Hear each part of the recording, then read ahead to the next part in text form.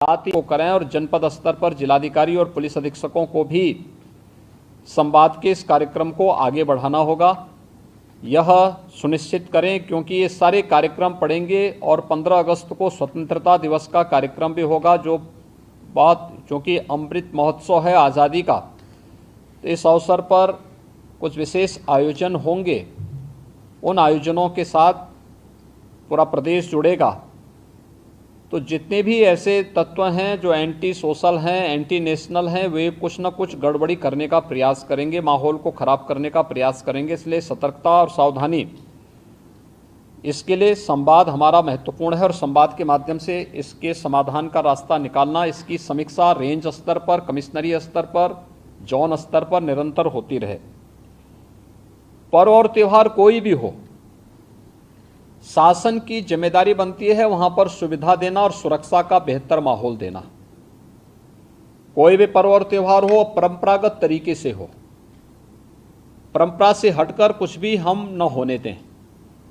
आयोजकों के नाम नोट करें, आयोजकों से हम लोग एप्लीकेशन जरूर लें और उनसे सुनिश्चित जरूर कराएं। हमने गृह विभाग को भी मैंने एक परफॉर्मा उपलब्ध करवाया था कि उसे हर एक जनपद में उपलब्ध कराएं और उसी के माध्यम से अनुमति भी सुनिश्चित कराएं। शर्तें जोड़िए उसमें कि वह कहीं भी शांति को भंग करने वाली व्यवस्था, कोई भी ऐसा बयान नहीं देंगे, कोई भी ऐसा कार्य नहीं करेंगे जिससे शांति व्यवस्था भंग होती हो, या किसी जाति, मत, मजहब, वर्ग, संप्रदाय या किसी भी अन्य उसकी भावनाएं आहत होती हैं, कोई भी इस प्रकार की बयानबाजी न हो।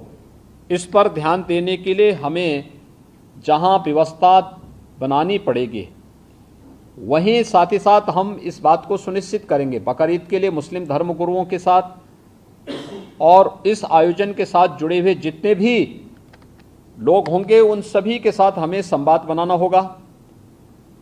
कावड़ यात्रा के लिए भी हमें कावड़ संघों के साथ, कावड़ संघ हैं बने हुए हर एक जगह, उनसे भी संवाद बनाना पड़ेगा।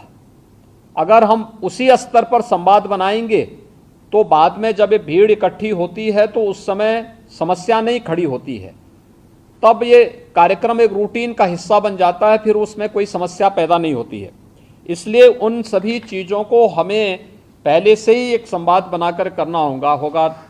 मुहर्रम के अवसर पर भी मुहर्रम से जुड़े हुए जो अलग अलग ताज़िया लेकर के जाते हैं उनके साथ पहले से संवाद होना चाहिए।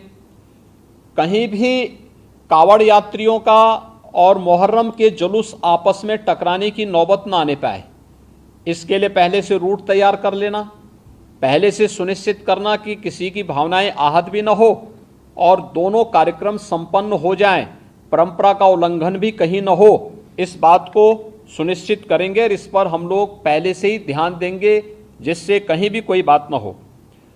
दूसरा, नगर विकास के द्वारा और पंचायती राज विभाग के द्वारा स्वच्छता को, सैनिटाइजेशन को जहां प्राथमिकता के आधार पर आगे बढ़ाना होगा, वैसे भी संचारी रोग नियंत्रण का एक कार्यक्रम 1 जुलाई से चल रहा है। स्वच्छता, सैनिटाइजेशन उसका प्रमुख पार्ट है। इसको हम विशेष रूप से एक अभियान के रूप में लें। बकरीद के दिन कुर्बानी जहां होगी वह सार्वजनिक स्थल नहीं होगा, जो निर्धारित स्थल और पहले से चली आ रही वहीं पर होगा। हम सुनिश्चित करें कि यह स्थान कोई सड़क, कोई चौराहा या कोई ऐसा सार्वजनिक पार्क या कोई ऐसा स्थल न हो जहां को लेकर के अनावश्यक विवाद हो।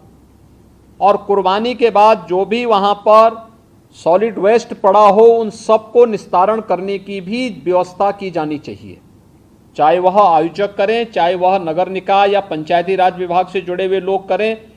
इस व्यवस्था को पहले से सुनिश्चित होना चाहिए कि कुर्बानी के तत्काल बाद उसकी सफाई की व्यवस्था भी हो जाए जिससे गंदगी न होने पाए।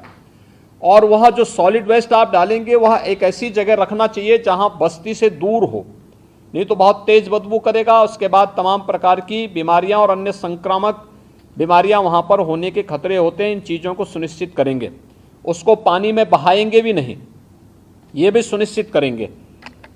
जल जमाव न हो कहीं भी नगरीय क्षेत्र में, चाहे वह बकरीद से जुड़े हुए आयोजन हो, कावड़ यात्रा से जुड़े हुए हों, नाग पंचमी के कार्यक्रम हो, या फिर श्रावण पूर्णिमा के या सावन जो मेला लगता है अयोध्या में, कहीं भी जल जमाव न हो, इस बात को भी हमें ध्यान में रखना होगा।